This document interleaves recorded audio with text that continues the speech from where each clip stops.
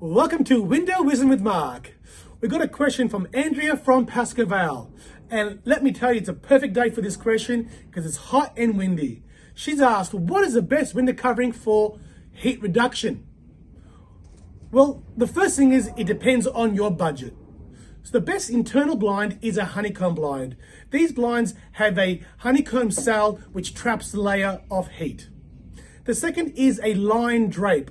They have an insulated backing which reduces the heat that is transferred from the window. The backing also reflects the sunlight away from the window.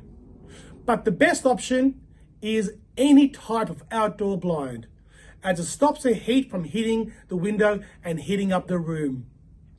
For further information or to discuss anything I've told you today, please leave a comment below, and also keep your questions coming and I'll answer them over the next couple of weeks. Have a great day.